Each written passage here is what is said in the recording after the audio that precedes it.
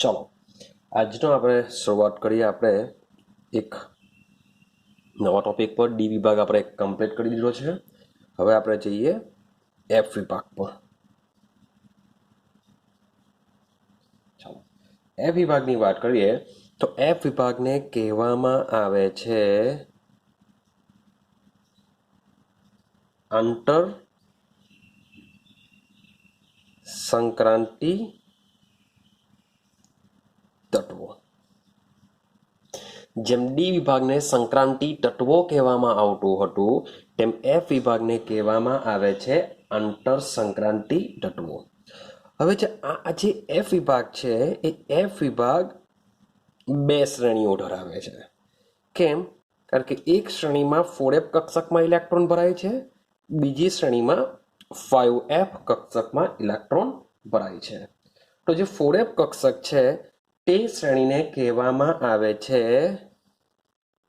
લેન્થેનોઇડ શ્રેણી. તેને શું કહેવામાં આવે છે? લેન્થેનોઇડ શ્રેણી કહેવામાં આવે છે. અને એક બીજી શ્રેણીને કહેવામાં આવે છે એક્ટિનોઇડ શ્રેણી. તો બે શ્રેણી, લેન્થેનોઇડ શ્રેણી, એક્ટિનોઇડ શ્રેણી. હવે શરૂઆત ક્યાંથી થશે? તો લેન્થેનોઇડ શ્રેણીમાં જે લેન્થેનમ શબ્દ બોલું છું, લેન્થેનમ.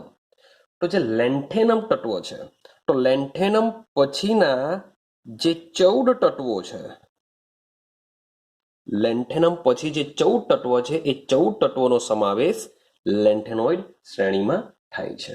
સેમ એક્ટિનોઇડ શ્રેણીની વાત કરીએ તો એક્ટિનોઇડ શ્રેણીમાં એક્ટિનિયમ પછી, તો એક્ટિનિયમ પછીના જે 14 તત્વો છે, કારણ કે એફ કક્ષકમાં વધારે 14 ઇલેક્ટ્રોન ભરાશે માટે 14 સમૂહમાં વર્ગીકૃત કરી શકાશે. તો એક્ટિનિયમ પછીના જે 14 તત્વો છે એ 14 તત્વોનો સમાવેશ શામાં થશે? એક્ટિનોઇડ શ્રેણીમાં થશે. હવે આ જે લેન્થેનમ છે, લેન્થેનમના જે રાસાયણિક ગુણધર્મ છે એ આ લેન્થેનોઇડ શ્રેણીને મળતા આવે છે. માટે લેન્થેનોઇડ શ્રેણીના અભ્યાસ દરમિયાન આપણે લેન્થેનમનો બી અભ્યાસ કરીશું. સેમ એ જ પ્રમાણે એક્ટિનોઇડ શ્રેણીના જે 14 તત્વો છે એ 14 તત્વોના જે ગુણધર્મ એ એક્ટિનિયમને મળતા આવે છે. માટે એક્ટિનોઇડ શ્રેણીનો આપણે અભ્યાસ કરીશું ત્યારે એક્ટિનિયમનો પણ આપણે સમજવાનો પ્રયત્ન કરીશું. ક્લિયર છે? ચાલો આગળ જઈએ. હવે કોઈ પણ શ્રેણીના સંક્રાંતિ તત્વોની સરખામણીમાં આપણે કોઈ પણ સંક્રાંતિ શ્રેણી લઈએ, કોઈ પણ સંક્રાંતિ શ્રેણીની સરખામણીમાં હવે અહીંયા લખું છું સંક્રાંતિ શ્રેણી. સંક્રાંતિ શ્રેણીનો મતલબ શું થાય? વાત કરીએ છીએ 3D, 4D, 5D, 6D, 4 Sankranti શ્રેણીઓ છે. તમે કોઈ પણ સંક્રાંતિ શ્રેણી લઈ લો તો કોઈ પણ સંક્રાંતિ શ્રેણીમાં તત્વોની જો આપણે સરખામણી કરીએ તો એ સરખામણી કરતા જે લેન્થેનોઇડ્સ છે, જે લેન્થેનોઇડ શ્રેણી છે એ એકબીજાથી વધુ સમાનતા દર્શાવતી હોય છે. એકબીજાથી વધુ સમાનતા દર્શાવે છે. મીન્સ કે જે સંક્રાંતિ શ્રેણીના જે તત્વો છે એના કરતા જે લેન્થેનોઇડના જે તત્વો છે એમાં વધુ એકબીજા સાથે એ લોકો શું કરશે? સમાનતા દર્શાવે છે. તો રીઝન શું? શા માટે લેન્થેનોઇડના તત્વો એકબીજા સાથે વધુ સમાનતા દર્શાવશે? શા માટે તેઓના ગુણધર્મ પણ એકબીજા સાથે સરખા હોય છે? તો રીઝન એવું છે કે જે લેન્થેનોઇડ છે એ લેન્થેનોઇડના બધા તત્વો એક જ સરખી ઓક્સિડેશન અવસ્થા, યાદ રાખજો +3. તો લેન્થેનોઇડની ઓક્સિડેશન અવસ્થા કે જેમની શું છે? સ્થાયિત્વતા છે. તો જે લેન્થેનોઇડના જે તત્વો છે એ લેન્થેનોઇડના તત્વો +3 ઓક્સિડેશન અવસ્થા ધરાવતા સ્થાયી સંયોજનો બનાવે છે. તો મોટે ભાગે બધા જ તત્વોની ઓક્સિડેશન અવસ્થા +3 કેવી છે? સ્થાયી છે, એકસરખી છે. માટે તેઓના રાસાયણિક ગુણધર્મ, ભૌતિક ગુણધર્મ મોટે ભાગે કેવા હોય છે? થોડા ઘણા સિમિલર હોય છે. ક્લિયર થાય છે? શા માટે એ લોકો સમાનતા ધરાવે છે એની આપણે વાત કરીએ. ચાલો, તો તેમનું જે રસાયણ વિજ્ઞાન છે સમાન ગુણધર્મ ધરાવે છે, સાથે સાથે કદ અને કેન્દ્રીય વીજભાર કે તેઓના જે કદ છે એ પણ મોટે ભાગે સમાન છે, સાથે સાથે કેન્દ્રીય વીજભાર પણ થોડો ઘણો અલ્પ માત્રામાં ફેરફાર થાય છે.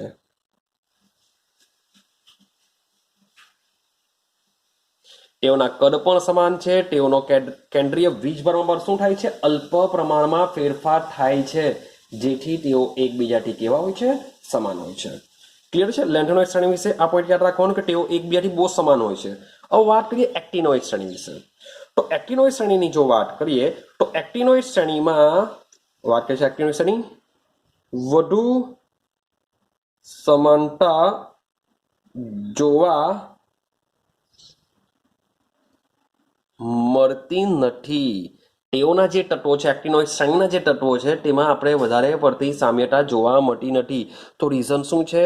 કારણ કે તેઓ જુદી જુદી ઓક્સિડેશન અવસ્થા દર્શાવે છે. તેઓ શું કરશે? શા માટે તેઓ આમાં શું હતું? ફિક્સ હતું કે તેઓની ઓક્સિડેશન અવસ્થા સરખી છે, પણ અહીંયા એક્ટિનોઇડ શ્રેણીના જે તત્વો છે એ એક્ટિનોઇડ શ્રેણીના તત્વો અહીંયા લખી દઉં છું. એક્ટિનોઇડ શ્રેણી, એસી શ્રેણી, આપણે વાત કરી છે એલએ શ્રેણી માટે, લેન્થેનમ શ્રેણીની વાત છે.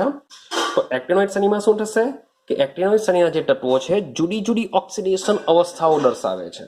તો જુદી જુદી ઓક્સિડેશન અવસ્થાઓ દર્શાવતા હોવાને લીધે પણ તેઓનું જે રસાયણ વિજ્ઞાન છે તે કેવું પડે છે? એકબીજાથી જુદું પડે છે.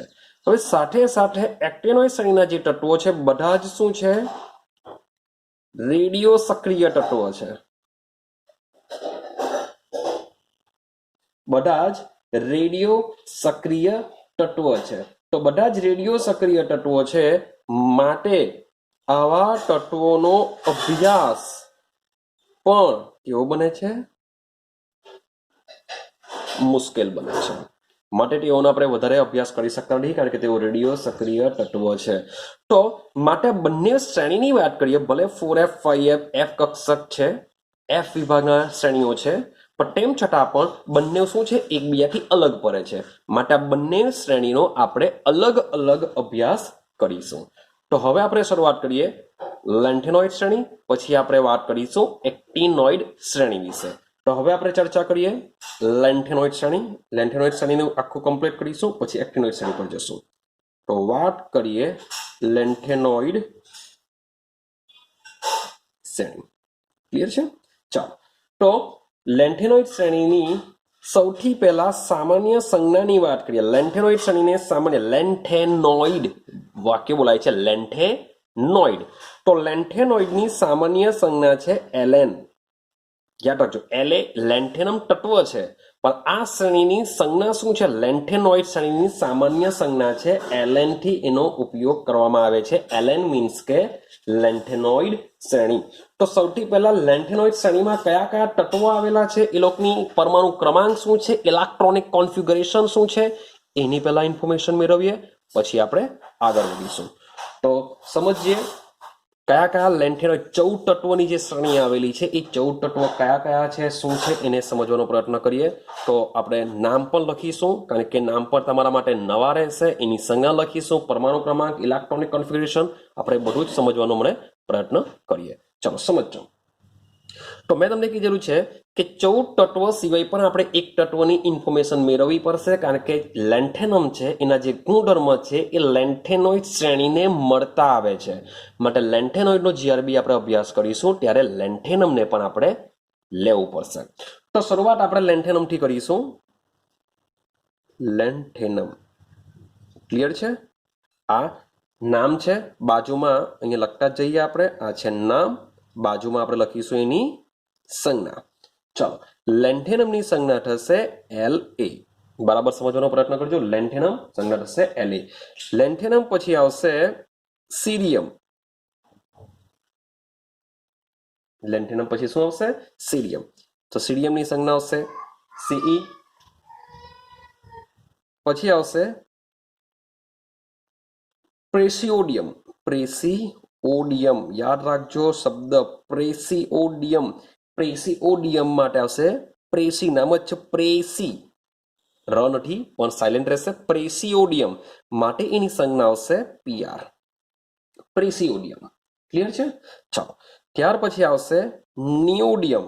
ત્યાર પછી આપણે લેશું નિયોડિયમ. નિયોડિયમ. ચાલો, સેમ નિયોડિયમ. તો નિયોડિયમની સંજ્ઞા આવશે એનડી, નિયોડિયમ. ચાલો, અગાડી જઈએ. અગાડી આવશે પ્રોમિથિયમ.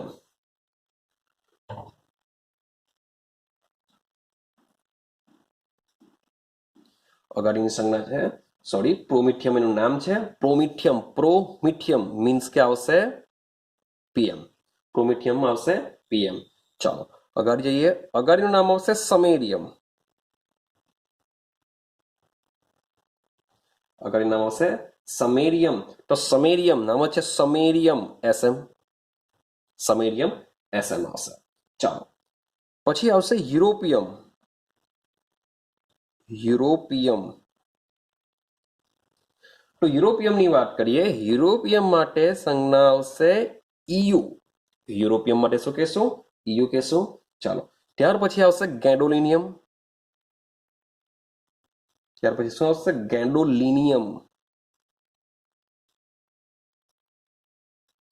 તો ગેડોલિનિયમની જે સંજ્ઞા છે એ છે જીડી. ગેડોલિનિયમ, જીડી, ગેડોલિનિયમ. ચાલો, અગાટલી વાત કરીએ. અગાટલી સંજ્ઞા આવશે, નામ આવશે ટર્બિયમ. નામ આવશે ટર્બિયમ. એની સંજ્ઞા છે ટીબી. ટર્બિયમ આવશે ટીબી. ચાલો, પછી આવશે ડાયસ્પ્રોસિયમ. તો বুঝলো, નામ થોડુંક ટિપિકલ છે. શબ્દ છે ડાયસ્પ્રો. ડાયસ્પ્રો થઈ ગયું. ડાયસ્પ્રોસિયમ. ડાયસ્પ્રોસિયમ. તો ડાયસ્પ્રોસિયમ આવશે ડીવાય. ડાયસ્પ્રોસિયમ માટે શું આવશે? ડી વાય આવશે. ચાલો, ત્યાર પછી આવશે હોલિયમ. હોલ્મિયમ, સોરી ફોર ધેટ, હોલ્મિયમ. હોલ્મિયમ. હોલ્મિયમ.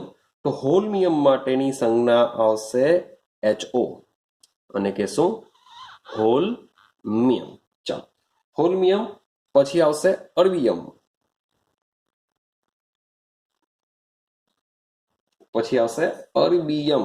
તો અર્બિયમ માટે આવશે ER. ક્લિયર થાય છે? પછી આવશે થુલિયમ. તો થુલિયમ માટે આવશે થુલિયમ. TM લેશું આપણે, TL ની લેશું. TL લેશું તો ટેલુડિયમ બની જશે. તો લેશું થુલિયમ TM.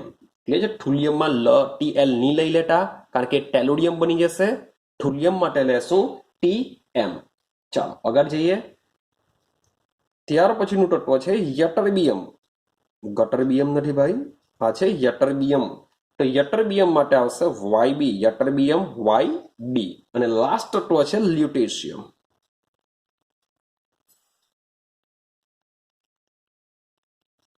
લાસ્ટ તત્વ શું છે? લ્યુટેશિયમ, જે આવશે LU. ક્લિયર છે? તો આપણા આ રીતના ટોટલ 14 + 1 15 તત્વો આવેલા છે. હવે આ બધા તત્વોના મીન્સ કે એક જ વારમાં તમને આવી નથી જવાના. મીન્સ કે થોડી પ્રેક્ટિસ કરવી પડશે. એના સંજ્ઞા છે, એના જે નામ છે એ તમારે વારંવાર જોવા પડશે. જો તેથી તમને, જેમ કે તમે એને જોઈને સીધા સોડિયમ બોલી દેવો છો, અહીંયા તમે ER જોઈને સીધા જ તમે અર્બિયમ બોલી નથી શકવાના. માટે તમારે આને શું કરવું પડશે? મેમરાઇઝ કરવું પડશે. ચાલો, હવે વાત કરીએ થોડાક પરમાણુ ક્રમાંક વિશેની વાત કરી દઈએ. તો અહીંયા લખી દઈએ છીએ આપણે પરમાણુ ક્રમાંક. તો લેન્થેનમની વાત કરીએ. આપણે જ્યારે અગાડી સમજીને આવેલા કે લેન્થેનમનો નંબર હોય છે 57. ક્લિયર છે? પછી તમારે ક્રમશઃ શું કરવાનું છે? લખતા રહેવાનું છે. 57 પછી 58, 59, 60, 61, 62, 63, 64, 65, 66, 67, 68, 69, 70 ને લાસ્ટમાં શું આવશે? 71 આવશે. ક્લિયર છે? તો આ રીતના એની શું થઈ જશે? પરમાણુ ક્રમાંક થઈ જશે. ચાલો, હવે વાત કરીએ તો બાજુમાં શું આવશે આપણો? ઇલેક્ટ્રોનની કોન્ફિગ્યુરેશનની વાત કરીએ તો ઇલેક્ટ્રોનીય રચનાની ટોપિક આપણે મારી દઈએ. ઇલેક્ટ્રોનીય રચના. ચાલો, ઇલેક્ટ્રોનીય રચનાની જ્યારે વાત કરીએ છીએ ત્યારે આપણે શું કરીએ છીએ, માત્ર બાહ્યતમ કક્ષાના ઇલેક્ટ્રોન જ ભરીશું. માત્ર બાહ્યતમ કક્ષાના. તો અહીંયા શું આવશે, ઝેનોન આવશે. અહીંયા શું આવશે, ઇલેક્ટ્રોન રચનામાં ઇનર સેલ તરીકે કોણ આવશે, ઝેનોન આવશે. ઝેનોન નંબર છે 54. યાદ રાખજો, ઝેનોન નંબર કેટલો હોય છે, 54 હોય છે. ચાલો હવે શરૂઆત કરીએ. તો helium, neon, argon, krypton, xenon means કે 5 ભરાઈ ગઈ. 5 સુધીના આપણા નિષ્ક્રિય વાયુ આવી ગયા. તો પછી તત્વો જશે છઠ્ઠી હરોળમાં. એ છઠ્ઠી હરોળમાં જાય તો સૌથી પહેલા ઇલેક્ટ્રોન દાખલ થતો હોય છે 6s ની અંદર. યાદ રાખજો કે helium, neon, argon, krypton, xenon means કે 5 સુધીના તત્વો પટી ગયા, એટલે કે 5 આવર્ત પટી ગઈ. તો ત્યાર પછીનો જે ઇલેક્ટ્રોન છે છઠ્ઠી આવર્તમાં જશે.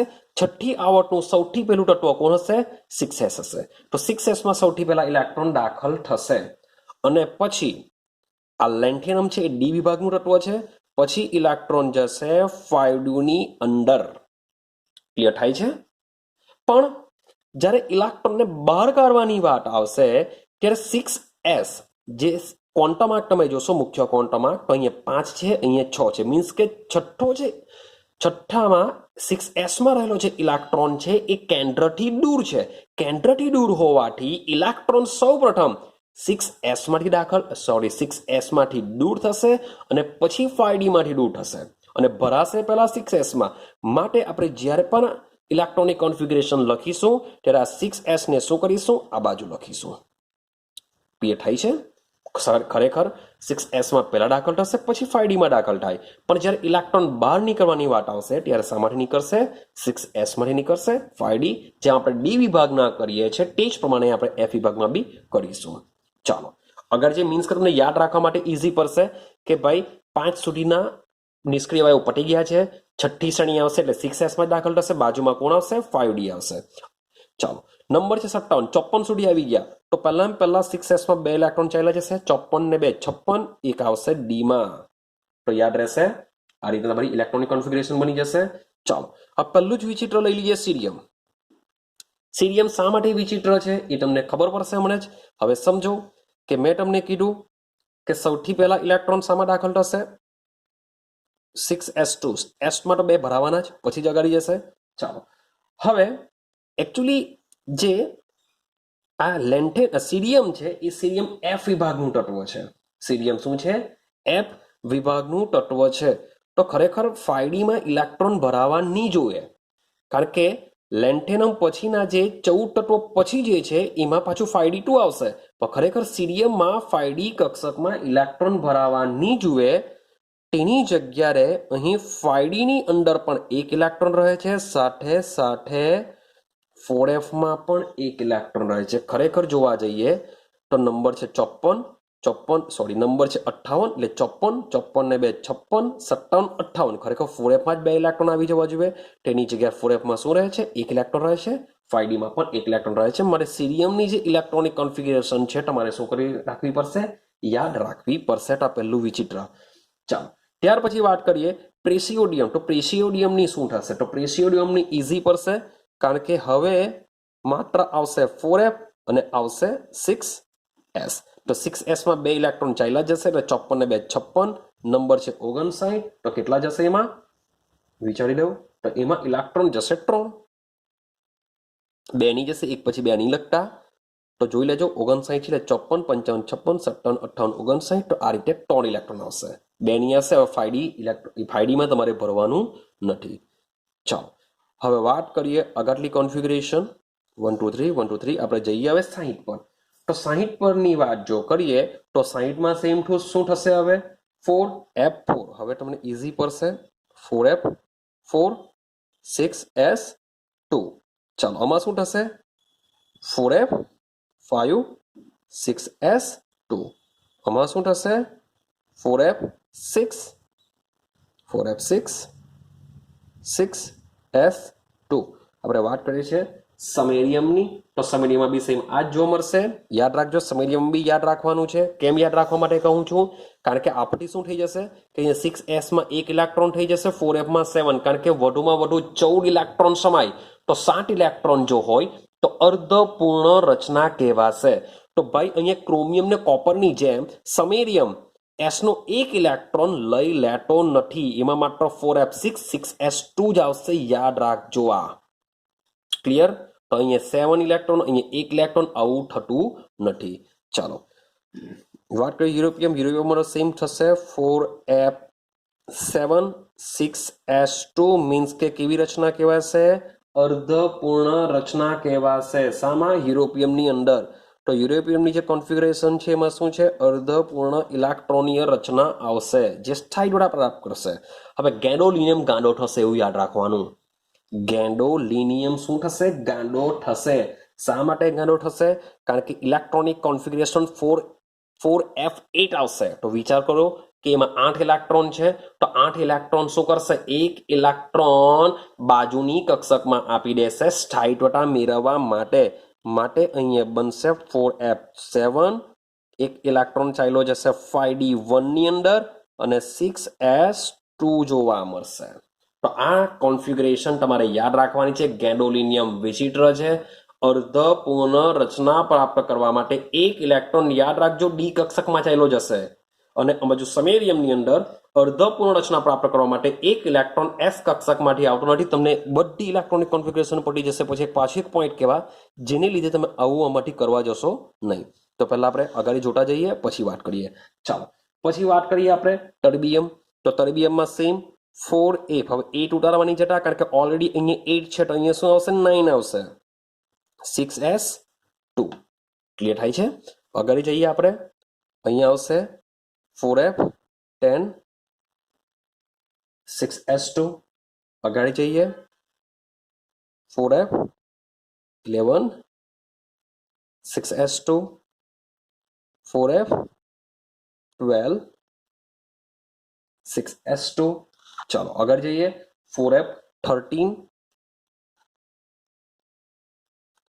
6s2 જોવા મળશે.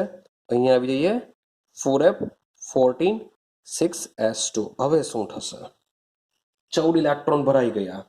હવે હજુ એકોતેર છે, તો સીધી સિમ્પલ વસ્તુ છે, તમને ખબર પડી જ ગઈ હશે કે ભાઈ 4f14 હવે 1 ઇલેક્ટ્રોન શામાં ચાલ્યો જશે? 5d1 6s2. આ રીતના ઇલેક્ટ્રોનિક કોન્ફિગરેશન આવશે. બીકોઝ ઓફ કેમ આવું થયું? તો ભાઈ અહીંયા 2 મિસિંગ છે. સીધા 3 થી શરૂઆત થાય છે, માટે એક જે રહેશે એ શામાં થશે? 5d1 માં જશે.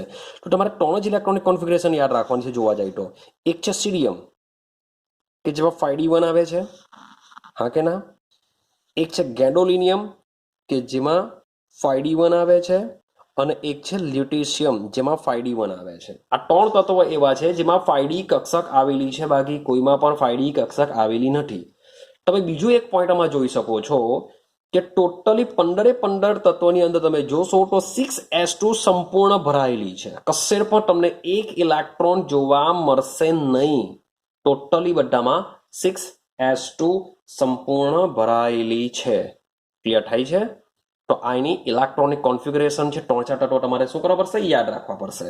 હવે મેં તમને કીધેલું છે કે આ તત્વોની સૌથી સ્થાયી ઓક્સિડેશન અવસ્થાની જો વાત કરીએ તો સૌથી સ્થાયી ઓક્સિડેશન અવસ્થા કઈ છે? +3.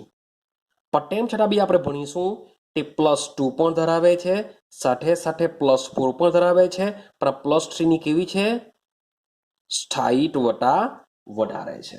તો જ્યારે +3 ની વાત જો કરીએ તો +3 માં તમે જોશો તો બાહ્યતમ કક્ષાના 3 ઇલેક્ટ્રોનને જો હું કાઢી નાખું, અહીંયાના બધા ઇલેક્ટ્રોનને જો કાઢી નાખું, 4f ની પહેલા +3 ની વાત કરું છું, તો અહીંયા શું થઈ જશે? 4f0 થઈ જશે.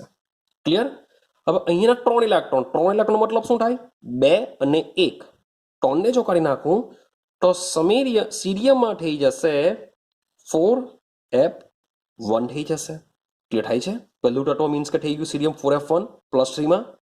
આની વાત કરીએ, આનો જો 3 ઇલેક્ટ્રોન દૂર કરું, 2 1 અહીંયાથી, તો આ બની જશે 4f2. ક્લિયર થાય છે? આ પ્રકારે તમે ટટ્ટોન ઇલેક્ટ્રોન કાઢતા જશો તો આ જે આંકડો છે તમને કન્ટિન્યુ મળશે, મીન્સ કે 4f3 4f4 4f5 સેમ. લાસ્ટમાં તમે ચેક કરશો તો અહીંયા શું આવશે, 4f 2 ઇલેક્ટ્રોન કાઢી નાખો, આવી જશે 14. મીન્સ કે 4f2 4f3 4f5 4f6 આ રીતના કન્ટિન્યુ આંકડો તમને જોવા મળશે. હું આખો આંકડો લખતો નથી અહીંયા. આ +3 ની સાઈડવાળા છે, મીન્સ કે તમને એક સરખું જોવા મળશે. હવે +2 ની વાત કરીએ તો +2 માં શું થઈ શકે, તો +2 ની વાત કરીએ સૌથી પહેલા ઇલેક્ટ્રોન 100% 6s2 માંથી જ દૂર થવાના છે.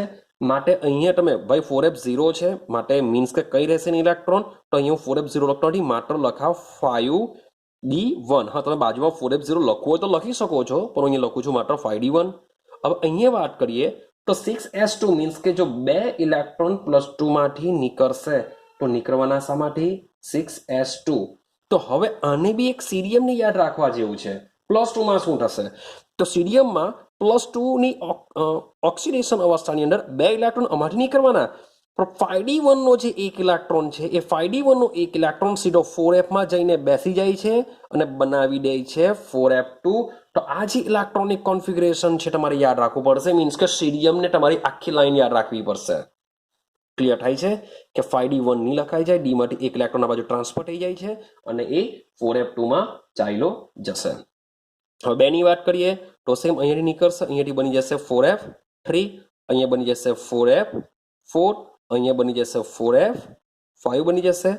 5 પછી આવી અગાડી, અહીંયા બની જશે 4f6, અહીંયા બની જશે 4f7. ક્લિયર થાય છે. તો આ પ્રમાણે તમારું ઇઝી થતું જશે. હવે વાત કરીએ ગેન્ડોલિનિયમ. ગેન્ડોલિનિયમમાં શું થશે, તો ભાઈ ગેન્ડોલિનિયમમાં એક ઇલેક્ટ્રોન બાજુ ટ્રાન્સફર થવાનો નથી, કારણ કે ઓલરેડી 4f7 છે. તો 4f7 હોવાથી અર્ધપૂર્ણ રચના, સોરી ફોર ધેટ, 4f7 છે તો અર્ધપૂર્ણ રચના છે જ. તો માટે 5d નો એક ઇલેક્ટ્રોન આ બાજુ ટ્રાન્સફર થતો નથી. +2 ની વાત ચાલે છે. આ ક્લિયર છે. સેમ આગળની વાત કરીએ તો અહીંયાથી 2 ઇલેક્ટ્રોન જશે 4f9, અહીંયાથી 2 જશે 2 જશે 2 જશે 2 જશે 2 જશે, મીન્સ કે બધામાં એક સરખું કામ કરશે. અહીંયાથી 2 જશે, અહીંયાથી બી આ જ પ્રકારની એની કોન્ફિગરેશન રહેશે. ખાલી યાદ રાખવાનું છે સીરિયમની અંદર ડીનો એક ઇલેક્ટ્રોન 4f માં દાખલ થઈ જશે. ક્લિયર થયું. તો 2 પણ ઇઝી છે, ખાલી સીરિયમ યાદ રાખવાનું છે. હવે એક લાસ્ટ લાઇનની વાત કરી દઈએ આપણે, +4. તો +4 ની વાત કરીએ તો +4 માં શું થશે, કોણ ધરાવી શકશે +4, તો વિચારો જે લેન્થેનમ છે બાહ્યરામ કક્ષામાં 3 જ ઇલેક્ટ્રોન છે, મીન્સ કે આમાં કોઈ +4 વાળી ઓક્સિડેશન અવસ્થા લેન્થેનમમાં જોવા મળશે નહીં. સીરિયમની વાત કરીએ તો સીરિયમમાં તમે ચેક કરશો તો 2 3 ને 4 ઇલેક્ટ્રોન છે. 4 ઇલેક્ટ્રોન જો તમે ગાયબ કરશો તો જો શબ્દ બોલું છું, 4 ઇલેક્ટ્રોન જો નીકળી જાય તો નિષ્ક્રિય વાયુ જેવી રચના પ્રાપ્ત થાય છે. માટે સીરિયમ આવું કરી શકે છે, 4f0 બની શકે છે. હવે આની વાત કરીએ તો અહીંયા બી જે પ્રિસિડિયમ છે એ પણ આવું કરી શકે છે. 2 ઇલેક્ટ્રોન s માંથી 2 ઇલેક્ટ્રોન f માંથી કાઢીને એ બનાવી શકે છે 4f1. આ યાદ રાખવું પડશે. સેમ pr ની વાત કરીએ તો pr ની વાત કરીએ, પ્રિસિડિયમની વાત કરીએ તો આમાં પણ સેમ 2 ઇલેક્ટ્રોન s માંથી કરો, 2 ઇલેક્ટ્રોન 4f માંથી કરો, બની જશે 4f2. તો આ પણ ધરાવી શકે છે. ક્લિયર છે. ચાલો ત્યાર પછીના કોઈ પણ તત્વ આ પ્રકારની +4 ઓક્સિડેશન અવસ્થા ધરાવતા નથી, બીકોઝ ઓફ એ લોકોનું કદ નાનું હોય છે. તો 4 ઇલેક્ટ્રોન ભાઈ ઇઝીલી રિમૂવ થઈ શકતા નથી. તો સીધા જ આપણે ચાલ્યા જઈએ હવે ટર્બિયમ પર. હવે ટર્બિયમમાં શું થશે, ટર્બિયમની જે ઇલેક્ટ્રોનિક કોન્ફિગરેશન છે 4f9 6s2, 4f9 6s2 ની વાત કરીએ તો આમાંથી જો 4 ઇલેક્ટ્રોન ગાયબ કરો તમે, તો 4 ઇલેક્ટ્રોન ગાયબ કરશો તો 2 આમાંથી જશે, બીજા 2 આમાંથી જાય, તો ભાઈ એ ઇલેક્ટ્રોનિક કોન્ફિગરેશન પ્રાપ્ત કરશે 4f7, એટલે કે અર્ધપૂર્ણ રચના પ્રાપ્ત કરશે. માટે એ ઇઝીલી કરી શકશે. ટર્બિયમ યાદ રાખજો, ટર્બિયમ શું કરશે, ઇઝીલી +4 ઓક્સિડેશન અવસ્થા ધરાવી શકશે. લેન્થેનમ બી ઇઝીલી ધરાવી શકે. આ 2 યાદ રાખવા પડશે. ક્લિયર છે. ત્યાર પછીનું જે તત્વ છે તે પણ તમારે યાદ રાખવું પડશે. એ 4 ઇલેક્ટ્રોન ગુમાવીને 4f8 ધરાવે છે. તો આ જે 5 તત્વો છે એ 5 તત્વ જ શું કરશે +4 ઓક્સિડેશન અવસ્થા ધરાવે છે, જેમાં તમને ટર્બિયમ તો યાદ રહી જશે કારણ કે ભાઈ અર્ધપૂર્ણ રચના મેળવશે, લેન્થેનમ બી યાદ રહી જશે, પણ મેઇન છે 4f1 4f2 અને 4f8. આ જે 3 તત્વો છે એ 3 તત્વો પણ +4 ઓક્સિડેશન અવસ્થા ધરાવે છે. ત્યાર પછીના કોઈ પણ તત્વ ઓક્સિડેશન અવસ્થા ધરાવતા નથી. +4 ની વાત ચાલે છે, પણ +2 તમે જોશો તો બધા જ ધરાવશે, ને +3 તો ઓલરેડી એની સ્થાયી ઓક્સિડેશન અવસ્થા છે જે બધા જ ધરાવશે. હવે સવાલ એવો આવે કે સર તમે ભણાવ્યું તો ખરું પણ શોર્ટકટ શું આની? તો શોર્ટકટ શું છે? ચાલો આપણે થોડુંક બનાવવાનો પ્રયત્ન કરીએ. મેં કાલે જ બનાવવાનો પ્રયત્ન કર્યો છે. થોડુંક નામ, થોડીક એની કહેવાય એની વાક્ય રચના થોડીક યાદ રાખવી પડશે. ચાલો, તો બનાવ્યું એવું છે કે લસ્સી મીન્સ કે લસ્સી ભાઈ અલગ રીતના લખાશે, પણ આપણે યાદ રાખીશું આવી રીતના જ લસ્સી. લસ્સી પીને પેલા નામ લખી દઉં, લસ્સી પીને ન પરથી નિયુડિયમ આવશે. લસ્સી પીને પ્રોમિસ કરી, પ્રોમિસ કરી આપણે એક્સ્ટ્રા લેશું. લસ્સી પીને પ્રોમિસ કરી યુરોપના, યુરોપિયમ પરથી યુરોપના ના એક્સ્ટ્રા, તો યુરોપના ગેન્ડોલિનિયમ પરથી ગેંડાની ની બી એક્સ્ટ્રા, તો યુરોપના ગેંડાની તબિયતમાં, તરબિયમ પછી તબિયતમાં ડાયસ્પ્રોસિયમમાં ડાયાબિટીસ, ડાયાબિટીસ, તો યુરોપના ગેંડાની તબિયતમાં ડાયાબિટીસ હોલિયમ પરથી હોવાથી, ચાલો હોવાથી અર્બિયમ, અર્બિયમ માટે લેશું આપણે એબી. એબી નો મતલબ થાય અમિતાભ બચ્ચન. એબી એટલે અમિતાભ બચ્ચનથી આપણે ઓળખીએ છીએ. તો હોવાથી અમિતાભ બચ્ચને અમિતાભ